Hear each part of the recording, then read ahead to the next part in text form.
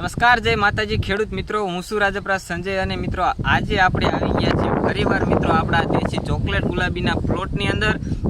તો મિત્રો તમે આ જોઈ શકો છો, આ મિત્રો બધો જ પ્લોટ આપણો દેશી ચોકલેટ ગુલાબી રીંગણનું છે।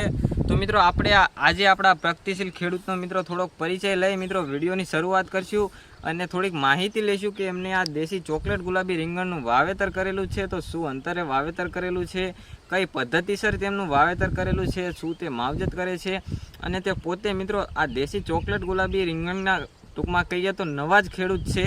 ટૂંકમાં રીંગણની ખેતી કરતા હશે પણ બીજી વેરાયટીની કરતા હશે, પણ આ વેરાયટીની અંદર તે નવા જ છે। તો મિત્રો સૌ પ્રથમ પહેલાં એ ભાઈનો પરિચય લઈ મિત્રો વિડીયોની શરૂઆત કરશું। તો મોટા ભાઈ તમારો આખો પરિચય આપી દો। મારું નામ હિતેશભાઈ ભીમાણી, મારું ગામ બોડીકોડી।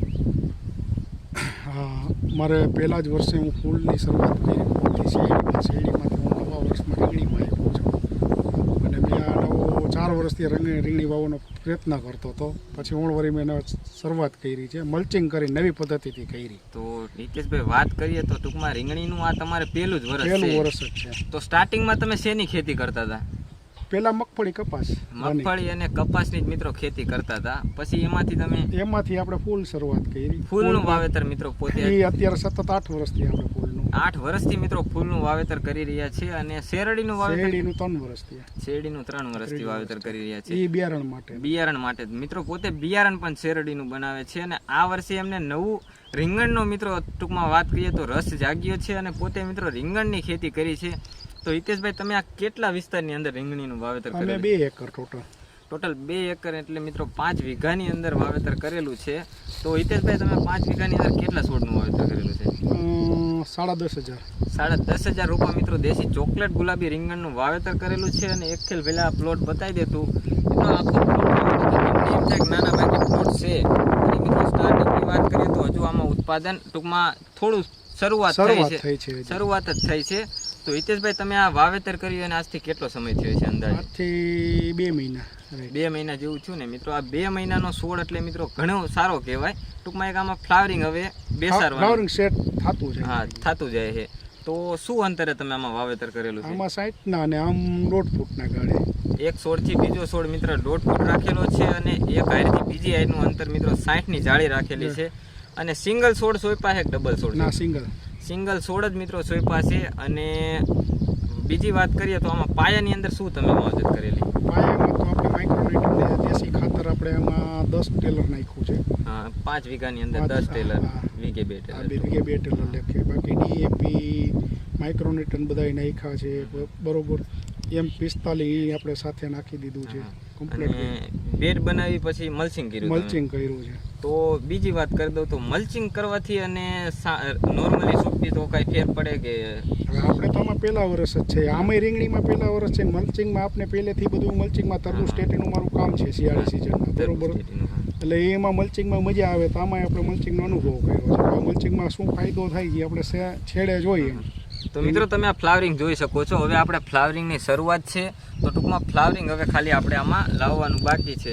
તો ફૂલની ખેતી તમે મલ્ચિંગની અંદર જ કરો છો? એટલે મિત્રો એ ઓપન કરું છું, પછી શિયાળામાં જ્યારે પાછું વાવવાનું થાય ત્યારે મલ્ચિંગમાં કરવાનું।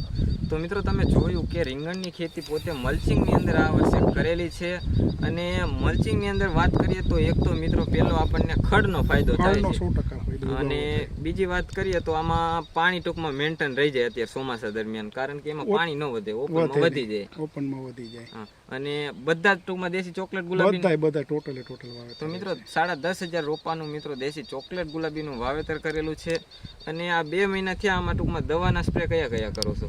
દવામાં આપણે કાળો ઘોડો તાકાત મારી, પછી પોકલેમ મારી, પછી આપણે સુમીડો ઓલું માર્યું, ફેન્ટેક માર્યું, ફ્લાવરિંગનું બરોબર છે।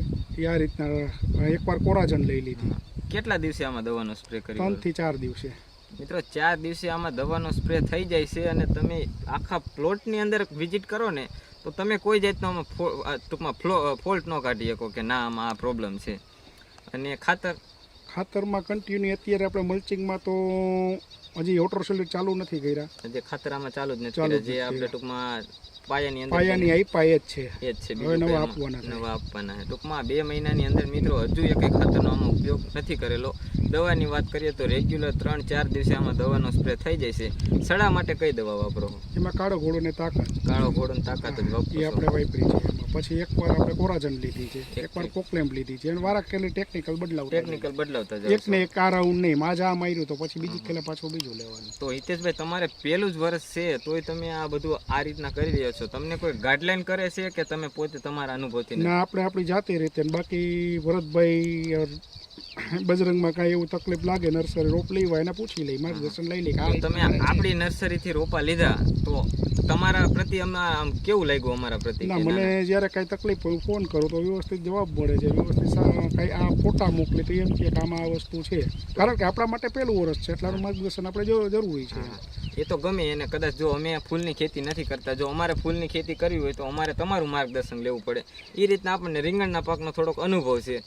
તો બીજી વાત કરી દઉં તો તમે આ રીંગણની ખેતી કરી તો આમાં સ્ટાર્ટિંગનું ઉત્પાદન કેટલું ચાલુ થયું છે કે વીણીને? સ્ટાર્ટિંગમાં અત્યારે બી એમાં 40 કિલોથી ચાલુ થયું હતું, અત્યારે 80 કિલો લગી પહોંચ્યું છે. એટલે ત્રીજી વીણી, આ ત્રીજી વીણી છે. 80 કિલો ટૂંકમાં નીકળ્યા છે.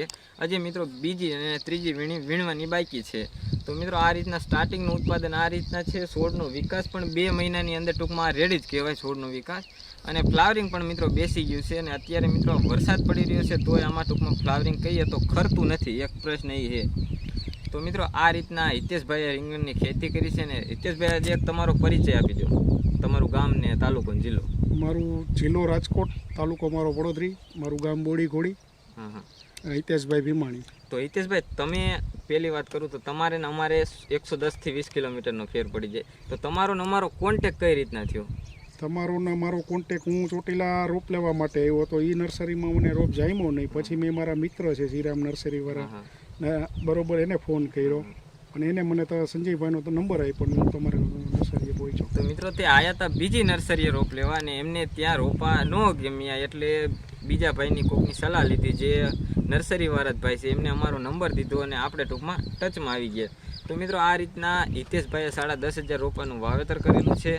અને હિતેશભાઈ બીજી વાત કરું તો તમે આટલા 10,500 રોપાનું વાવેતર કર્યું છે, 2 મહિના થયા, તો આમાં વાયરસવાળા છોડ કેટલાક છે? અત્યારે આટો માર્યો કંઈ દેખાતા નથી, જે વાયરસવાળો એક છોડ દેખાતો. તો મિત્રો તમે જોયું કે હિતેશભાઈને આપણે મિત્રો આ રીતના એટલો સપોર્ટ કરી રહ્યા છીએ. અને જો તમે પણ મિત્રો નવા હોય અને તમે પણ જો રીંગણની ખેતી કરવા માંગતા હોય તો મિત્રો હિતેશભાઈને અનુભવ નથી પણ હિતેશભાઈને પણ અનુભવ થઈ રહ્યો છે. તો જો તમારે હિતેશભાઈની કંઈ માહિતી જોતી હોય તો હિતેશભાઈને પણ જેટલી ખબર હશે એટલી કીશે. તો હિતેશભાઈનો એક આપણે મોબાઈલ નંબર લઈ લઈએ. હિતેશભાઈ તમારો મોબાઈલ નંબર આપો. 98 792 12 660. તો હિતેશભાઈ તમે એક કહી દો કે તમે ક્યારે ફ્રી હશો ત્યારે જ તમને આ જોવાવાળા ફોન કરે, ન કરે? હું 4 થી 5 વાગે. મિત્રો તો જો તમારે કોલ કરીને કંઈ પૂછવું હોય હિતેશભાઈને જેટલી ખબર છે એટલું તમને સાસું જ કીશે.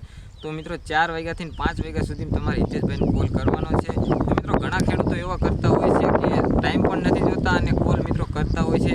અને આપણા મિત્રો પ્રગતિશીલ ખેડૂત પણ મિત્રો કામ જ કરતા હોય છે. તો મિત્રો એમને કામ હોય એટલે બને ત્યાં સુધી આપણે એમને ડિસ્ટર્બ નથી કરવાના. એટલે 4 થી 5 વાગ્યા સુધીમાં જો તમારે કંઈ માહિતી જોતી હોય તો હિતેશભાઈને પૂછી શકો છો. અને હિતેશભાઈ પણ નવા છે તો હિતેશભાઈને જેટલી ખબર હશે એટલું તમને સાચી જ માહિતી દેશે.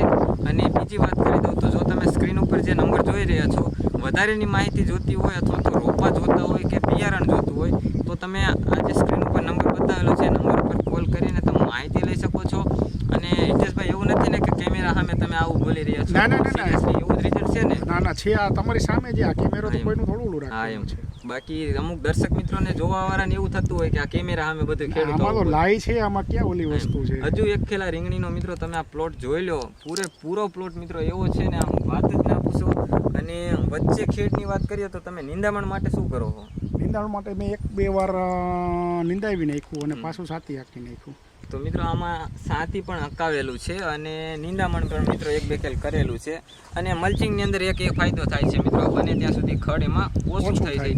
તો તમે 10,500 રૂપિયા રોપ્યા, એમાં ખાલા તમારે કેવા પડ્યા હતા?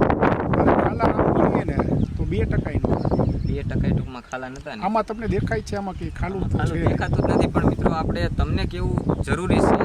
અને તો મિત્રો આજના વિડીયોમાં એટલું જ. જો હિતેશભાઈની માહિતી પસંદ આવી હોય, અમારું કામકાજ ગમ્યું હોય તો વિડીયોને લાઇક કરી દેજો, ચેનલને સબસ્ક્રાઈબ કરી દેજો. અને જો માહિતી કંઈ હિતેશભાઈ પાસે ખેડૂત તરીકે લેવા માગતા હોય તો તમે હિતેશભાઈને કોલ કરી શકો છો. અને જો કોઈ નર્સરી બાબતનું તમારે પૂછવું હોય રોપા બિયારણનું તો તમને જે સ્ક્રીન ઉપર નંબર બતાવેલો છે એમાં પૂછી શકો છો. તો મિત્રો આજના વિડીયોમાં એટલું જ. વિડીયો પસંદ આવે તો વિડીયોને લાઇક કરી દેજો, ચેનલને સબસ્ક્રાઈબ કરી દેજો અને તમારા જે ખેડૂત ભાઈઓ હોય એમને શેર કરજો. અને જો તમે પણ મિત્રો આ રીતના જ કાંઈક રીંગણી બનાવવા માગતા હોય, રીંગણીનું વાવેતર કરવા માગતા હોય, 0% નોલેજ હોય તો બિલકુલ ગભરાશો નહીં. આપણા ચેનલની અંદર બધી જ માહિતી અપલોડ છે. જય હિન્દ, જય ભારત.